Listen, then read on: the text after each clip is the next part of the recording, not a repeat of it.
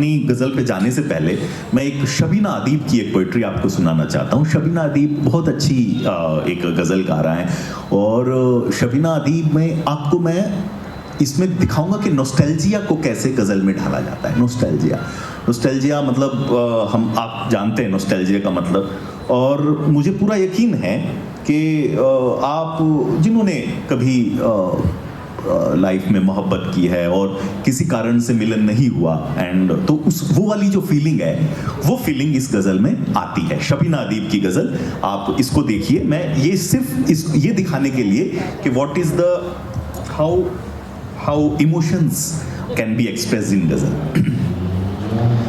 हमेशा एक दूसरे के हक में दुआ करेंगे ये तय हुआ था। हमेशा एक दूसरे के हक में दुआ करेंगे ये तय हुआ था। मिले के बिछड़े मगर तुम्ही से, मिले के बिछड़े मगर तुम्ही से वफा करेंगे ये तय हुआ था। हमेशा एक दूसरे के हक में। See the lament of the beloved who could not meet his lover. वो किसी कारण से अलग अलग हो गए बाद में, वो इमोशन इसमें देखिए। कहीं रहो तुम कहीं रहे हम, मगर मोहब्बत रहेगी कायम। कहीं रहो तुम कहीं रहे हम, मगर मोहब्बत रहेगी कायम। जो ये खता है तो उम्र भर ये, जो ये खता है तो उम्र भर ये खता करेंगे ये तय हुआ था। हमेशा एक दूसरे के हक में दुआ करेंगे ये तय हुआ था। उदासियां हर घड़ी हो लेकिन हयात कांटों भरी हो लेकिन, हयात जिंदगी, खुतूत मतलब लेटर। उदासियां हर घड़ी हो लेकिन हयात कांटों भरी हो लेकिन, खुतूत फूलों की पत्तियों पर, खुतूत फूलों की पत्तियों पर लिखा करेंगे ये तय हुआ था। हमेशा एक दूसरे के हक में दुआ करेंगे ये तय हुआ था। अब ये देखिए शबीना अदीब कहती हैं कि जहां मुकद्दर मिलाएगा अब वहां मिलेंगे ये शर्त कैसी।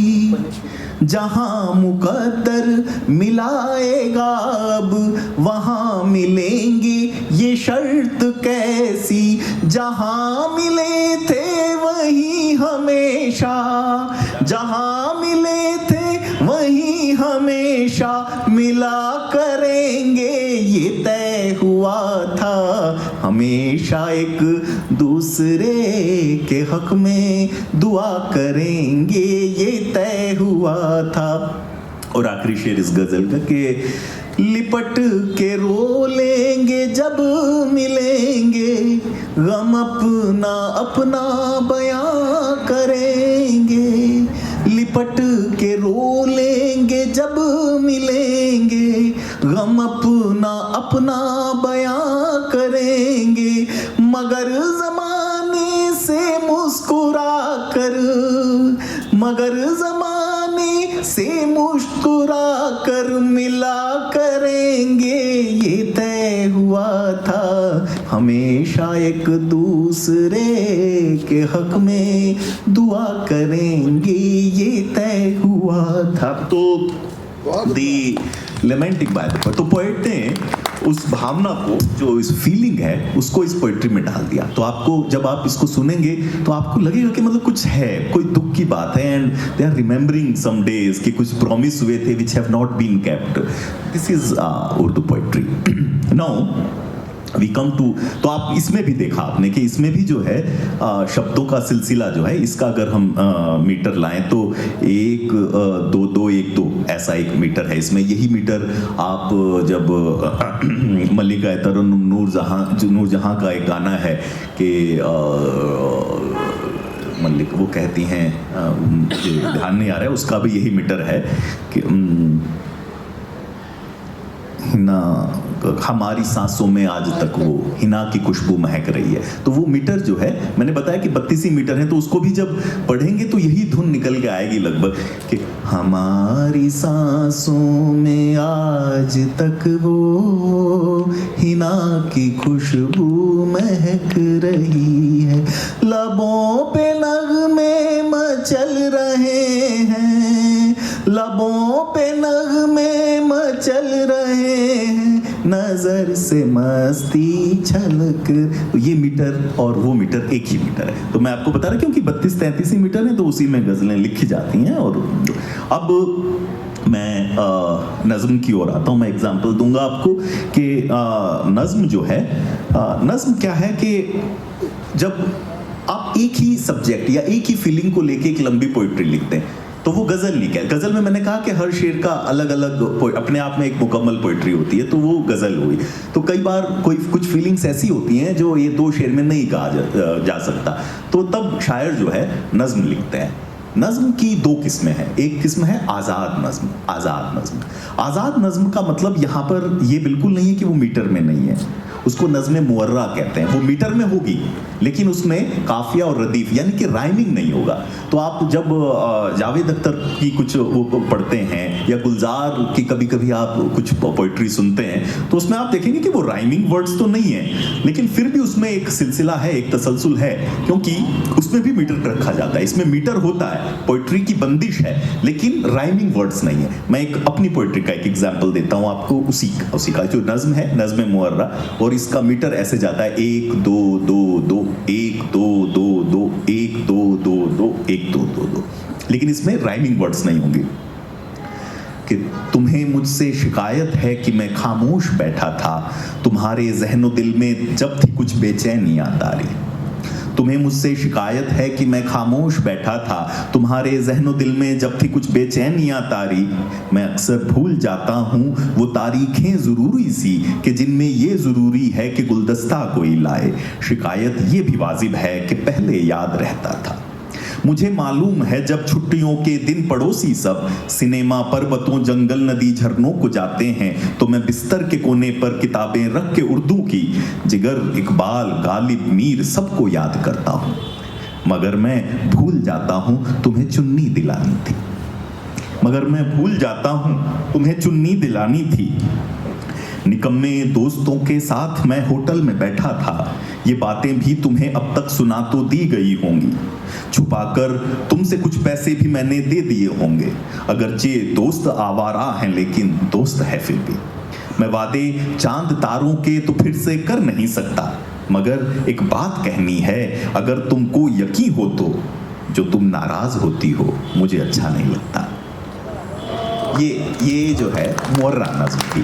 मुअर्रा नज़्म में आपने देखा कि राइमिंग वर्ड्स नहीं थे, लेकिन फीलिंग्स को अपनी लिखा जाता है, मीटर का ध्यान रखा जाता है। तो ये मेरी एक नज़्म थी, मुअर्रा नज़्म। और अब मैं एक और नज़्म बताऊंगा जो मुअर्रा नहीं है, यानी कि पाबंद नज़्म है। इसमें मीटर का भी ध्यान रखना है और इसमें राइमिंग भी होनी चाहिए और राइमिंग के रूल्स होने चाहिए। तो गज़ल, नज़्में सबका आपको जानकर अच्छा, हम सोचते हैं कि गज़ल कहीं नॉर्थ इंडिया की विधा होगी, ऐसा नहीं है। गज़ल का जो आज उर्दू गज़ल है उसका जन्म दक्कन में हुआ है, दक्कन में, यानी कि हैदराबाद में। वली दक्कनी पहले गज़लकार हैं। वली दक्कनी लगभग 16वीं शताब्दी में वो गज़लें उन्होंने स्टार्ट की, गज़ल लिखना। उससे पहले वो नॉर्थ में 14वीं शताब्दी में जो है हिंदवी में लिखा जा रहा था। हिंदी में वो नज़्म गीत तरह के थे और कुछ नज़्में कह लीजिए उनको, वो लिखी जा रही थी। लेकिन ये अमीर खुसरो लिख रहे थे। अमीर खुसरो के बाद गज़ल का जो ये रूप है ये वली दक्कनी ने लिखा। तो वली दक्कनी, और उसके बाद शुरुआत में गज़ल सिर्फ बिलवड की प्रॉपर्टीज़ को डिस्क्राइब करने के लिए यूज़ होती थी, and it was the only Persian words were used, mainly Persian and Arabic words were used. So it was so difficult that common people could not understand. So it was only recited in the gatherings of kings. तो राजा बैठते थे उनके दरबार में, जो है जो बादशाह होते थे, वहाँ पे आप देखेंगे दरबारी पोएट्स गालिब हैं और सौदा हैं, ये सब वहाँ पर बैठा करते थे. तो वो जब मुग़ल सल्तनत का आखिरी दौर था, दिल्ली में लाल किले में बहादुर शाह जफ़र बस एक कमरे में सिमट कर रह गए थे, लाल किले के बाहर उनकी कोई हुकूमत नहीं थी, तो उनको यही सुकून देता था. Ghazal was what kept him alive. तो वहाँ पे गालिब थे उनके दरबारी पोएट. ये लोग जब लिखा करते थे तो गज़ल को सिर्फ ये ब्यूटी को एक्सप्लेन करने के लिए लिखा करते थे. तब वहाँ पर एक बगावत का शुरू रहा और एक नज़ीर अकबराबादी आए. अकबराबादी वो रहते थे आगरा के पास, कि बच्चों को ट्यूशन पढ़ाते थे, और उन्होंने कहा कि गज़ल खाली महबूब के लिए क्यों लिखी जाए, व्हाई नॉट.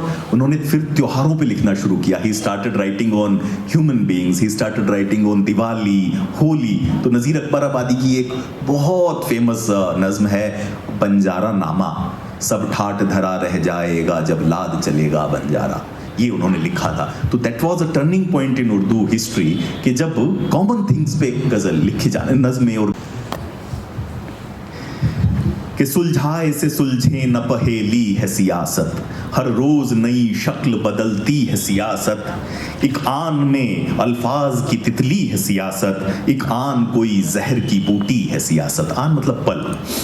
सुलझाए से सुलझे न पहेली है सियासत, हर रोज नई शक्ल बदलती है सियासत. एक आन में अल्फाज की तितली है सियासत, एक आन कोई जहर की बूटी है सियासत. कितने ही तमाशे लिए फिरती है सियासत.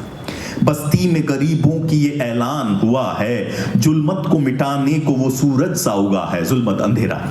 बस्ती में गरीबों की ये ऐलान हुआ है, जुल्मत को मिटाने को वो सूरज सा उगा है. कल चांद पे घर होगा ये वादा भी किया है, पर भीड़ में पागल कोई बेबाक हंसा है. गैरत के ख्यालों से भी खाली है सियासत, गैरत के ख्यालों से भी खाली है सियासत. सियासत, पॉलिटिक्स.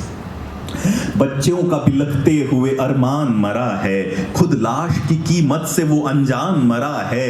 हिंदू वो मरा है या मुसलमान मरा है, क्या कीजिए इस तख्त का ईमान मरा है. लाशों से भी एक जौंक सी चिपकी है सियासत, लाशों से भी एक जौंक सी चिपकी है सियासत. और देखिए, कुछ बात है, कुछ बात बनाने का हुनर है. कुछ बात है, कुछ बात बनाने का हुनर है. भाई से ही भाई को लड़ाने का हुनर है. हर हाल में कुछ माल कमाने का हुनर है. ताबूत कफन बेच के खाने का हुनर है. लालच की लिखावट में सियाही है सियासत, लालच की लिखावट में सियाही है सियासत. और तकसीम, तकसीम मतलब बंटवारा. बंटवारा. इसके लिए एक खेल का सामान है तकसीम, इसके लिए एक खेल का सामान है तकसीम. मुश्किल है मोहब्बत मगर आसान है तकसीम, पर्वत को भी बांटा गया मैदान है तकसीम. इंसान भी तकसीम है, भगवान भी तकसीम. एक फसल सी नफरत की उगाती है सियासत, एक फसल सी नफरत की उगाती है सियासत. ये सियासत नज़्म थी, पाबंद नज़्म मैंने दिखाया. अच्छा, आपने इसमें गौर किया होगा कि मैं फसल भी कह सकता था, मैंने फसल कहा, फसल कहा, फसल कहना चाहता था मैं, फसल. और मैंने कहा फसल सी नफरत की उगाती है सियासत. तो क्या होता है, कुछ शब्दों का एक मीटर होता है कि ये शब्द का मीटर ये होगा. तो फसल जो शब्द है, बोला फसल जाता है, लेकिन जब लिखा जाएगा, कविता में जब वो आएगा, उर्दू शायरी में आएगा, तो वो फसल पढ़ा जाएगा, क्योंकि वो फसल 2-1 उसका मीटर है. उसका मीटर 1-2 नहीं कर सकते.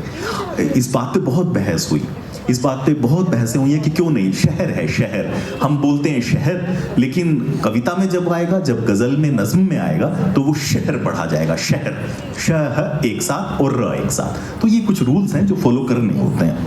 अब मैं एक गज़ल कहूँगा, उसके बाद एक मैडम एक वर्ड यूज़ कर रही थी, छोटी बहर और बड़ी बहर. छोटी बहर की गज़लें. छोटी बहर का मतलब क्या होता है कि उसमें लेंथ, जो पहली लाइन की लेंथ है वो छोटी होती है. तो जाहिर है पहली लाइन की लेंथ छोटी है तो उसका मीटर बन गया. अब उसी मीटर में हर लाइन लिखनी है तो हर लाइन छोटी होगी. जब हर लाइन छोटी होगी तो आप अपनी बात को कैसे बयान करेंगे? How will you express? So it is more difficult to write छोटी बहर की गज़ल, because because you have very limited words and you have to say the full poetry in that. 2 lines is 1 poetry. You have to express that emotion. तो मैं एक छोटी बहर का एग्जाम्पल देता हूँ मेरी ही एक गजल से कि अब आप इसको देखिए, आप इसको महसूस कीजिए कि हम सफर अच्छा लगेगा, ये एक लाइन हो गई, एक लाइन हो गई। अब मुझे इसी मीटर में बंद के आगे लिखना है और कोई मीनिंग भी लाना है। हम सफर अच्छा लगेगा, बात कर अच्छा लगेगा। हम सफर अच्छा लगेगा, बात कर अच्छा लगेगा। उससे कहना खुश हूं उसको, उससे कहना खुश हूं उसको, जानकर अच्छा लगेगा, जानकर अच्छा लगेगा। और ये देखिए, रंग हल्का हो या गहरा, रंग हल्का हो या गहरा, आप पर अच्छा लगेगा, आप पर अच्छा लगेगा। और धूप की शिद्दत के सदके, शिद्दत बहुत तेज धूप, और शजर कहते हैं पेड़ को, धूप की शिद्दत के सदके हर शजर अच्छा लगेगा। और धूप इतनी तेज है, अब हर पेड़ अच्छा लगेगा, आप उसमें बुराई नहीं निकाल सकते कि धूप की शिद्दत के सदके हर शजर अच्छा लगेगा। और प्यार में ऐ मिटने वाले, प्यार में ऐ मिटने वाले, प्यार कर अच्छा लगेगा, प्यार कर अच्छा लगेगा। ये छोटी बहर का एक एग्जाम्पल, छोटी बहर। तो मैं बता रहा हूँ, अब बहुत डिफिकल्ट होता है छोटी बहर में लिखना। तो जब फैज़, अहमद फराज, ये बड़े बड़े शायर जब लिखते हैं छोटी बहर में, बहुत मुश्किल होती है ये। अब मैं एक गज़ल कहता हूँ, मैं आपको सुनाता हूँ कि ये मीडियम बहर की गज़ल है कि कुछ तो बोलो बात मेरी रह जाएगी, कुछ तो बोलो बात मेरी रह जाएगी, खामोशी की आंख भरी रह जाएगी। कुछ तो बोलो बात मेरी रह जाएगी, खामोशी की आंख भरी रह जाएगी। तो देखिए, जख्मों का क्या, जख्म तो वक्त ही भर देगा, जख्मों का क्या, जख्म तो वक्त ही भर देगा, लेकिन दिल की टीस हरी रह जाएगी, लेकिन दिल की टीस हरी रह जाएगी। दोस्त कमाओ, दोस्त ही काम आ जाते हैं, दोस्त कमाओ, दोस्त ही काम आ जाते हैं, दौलत शोहरत शान धरी रह जाएगी, दौलत शोहरत शान धरी रह जाएगी। और देखिए, जब माँ कहानी सुनाती है परियों की, वो मंजर ध्यान में रखिए कि नींद आते ही किस्सा भी रुक जाएगा, नींद आते ही किस्सा भी रुक जाएगा, और सिरहाने एक परी रह जाएगी, और सिरहाने एक परी रह जाएगी। जश्नों का हंगामा कितनी देर का है, जश्नों का हंगामा, जश्न जब हम मनाते हैं, फंक्शन कर रहे हैं, जश्नों का हंगामा, ये जब आप देखेंगे जिंदगी को इससे कंपेयर कीजिए जश्नों से, जश्नों का हंगामा कितनी देर का है, जश्नों का हंगामा कितनी देर का है, खाली कुर्सी टाट दरी रह जाएगी, खाली कुर्सी टाट दरी रह जाएगी। कुछ तो बोलो बात मेरी रह जाएगी, खामोशी की आंख भरी रह जाएगी। ये मेरी एक गजल थी। Thank you, thank you. मुझे सर ने आदेश दिया है, आर के सिंह सर ने, कि मुझे एक जो है एक नज्म है जो मैंने लिखी थी, वो मैं सुनाकर अपनी जगह लूंगा। और आज की ये खूबसूरत शाम, उसके बाद आप जो भी सुनाना चाहें, आप लोगों में जिनको कोई गज़ल याद हो, गीत याद हो, गाने का शौक रखते हैं, वो भी आए। मैं बस अपनी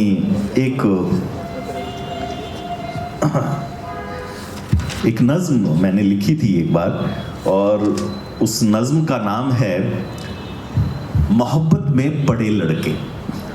तो जनरली मोहब्बत का जब तस्वुर होता है, जब ख्याल आता है, तो मोहब्बत एक मतलब फेमिनिन एंगल से देखी जाती है, मतलब लड़कियों की मोहब्बत, उनकी मतलब बड़ी कोमल सी चीज़, बड़ी एक पवित्र सी चीज़ और मोहब्बत। लेकिन लड़कों का एंगल थोड़ा डिफरेंट होता है। वो जो है मैं सुनाना चाहता हूँ कि मोहब्बत में पड़े लड़के कैसे होते हैं।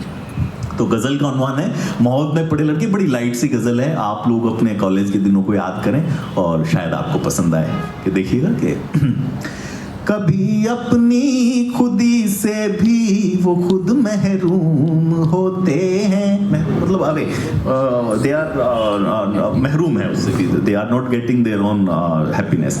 कभी अपनी खुदी से भी वो खुद महरूम होते हैं, कहीं मौजूद होते हैं, कहीं मालूम होते हैं। कहानी में बिना किरदार हिस्सा आन लेते हैं, कोई लड़की जरा हंस दे मोहब्बत मान लेते हैं। बड़े उलझे से होते हैं मोहब्बत में पड़े लड़के। और देखिए छुपाने का सलीका यूं के गम उनको दिखाएंगे, छुपाने का सलीका यूं के गम उनको दिखाएंगे। जरा सी चोट पर पट्टी बड़ी सी बांध लाएंगे। कभी पिक्चर के बीचों बीच उनकी आंख भर आए, कभी जगजीत सिंह के गीत सुन आंसू निकल आए। बड़े हसास होते हैं मोहब्बत में पड़े लड़के, बड़े सेंसिटिव होते हैं मोहब्बत में पड़े लड़के। हसास उर्दू का वर्ड है जिसका मतलब है सेंसिटिव। और देखिए लिए कॉफी का एक प्याला कई घंटे गुजारेंगे। एक वर्ड है नफीस, नफीस सोफिस्टिकेटेड। लिए कॉफी का एक प्याला कई घंटे गुजारेंगे, नफीस इतने हैं कि डोसा छुरी कांटे से खा लेंगे। नजर कैंटीन में ही क्या पता फिर उनकी पड़ जाए, उधारी चाय पीकर नोट 10 का टिप में दे आए। बड़े दिलदार होते हैं मोहब्बत में पड़े लड़के। तो देखिए कभी कभी कॉलेज में लाइब्रेरी के आसपास टहलते हुए दिख जाते हैं कुछ लड़के, ऐसा लगता है कि मतलब किसी से मिलने वाले हैं और किसी ने वादा किया है मिलने का, ऐसा होता नहीं है, वैसे घूम रहे हैं बेचारे, इस आस में कोई दिख जाए। देखिए नाने का कोई वादा खड़े हैं मुंतजिर, लेकिन इंतजार में खड़े, नाने का कोई वादा खड़े हैं मुंतजिर, लेकिन न दे पाएंगे अभी खत लिखा है आज फिर। लेकिन घड़ी की सुइयों पर शक है, सूरज झूठ कहता है कोई और भी पागल, ये डर भी दिल में रहता है। बहुत बेचैन होते हैं मोहब्बत में पड़े लड़के। वो देखिए यही काफी है जीने को कि वो लड़की ये बोली थी, यही काफी है जीने को कि वो लड़की ये बोली थी। बहुत फबती है तुम पर वो सलेटी रंग की जर्सी यही काफी है जीने को कि वो लड़की ये बोली थी। बहुत फबती है तुम पर वो सलेटी रंग की जर्सी, भला इसके सिवा अब और क्या इनकी जरूरत है। हो एक तरफा या दो तरफा मोहब्बत तो मोहब्बत है। बड़े ही सब्र वाले हैं मोहब्बत में पड़े लड़के। और आखिरी देखिए वो जिनकी कापियों पर जिल्द चढ़वाए गए इनसे वो जिनकी कापियों पर जिल्द चढ़वाए गए, इनसे उन्हीं की शादियों के कार्ड बंटवाए गए, इनसे वो जिनकी कापियों पर जिल्द चढ़वाए गए, इनसे उन्हीं की शादियों के कार्ड बंटवाए गए, इनसे पुरानी शाम के नगमे नई हर रात गाती है, मोहब्बत याद रहती है, मोहब्बत भूल जाती है, गजल और गीत लिखते हैं मोहब्बत में पड़े लड़के, बड़े ही सब्र वाले हैं मोहब्बत में पड़े लड़के, बड़े दिलदार होते हैं मोहब्बत में पड़े लड़के। Thank you.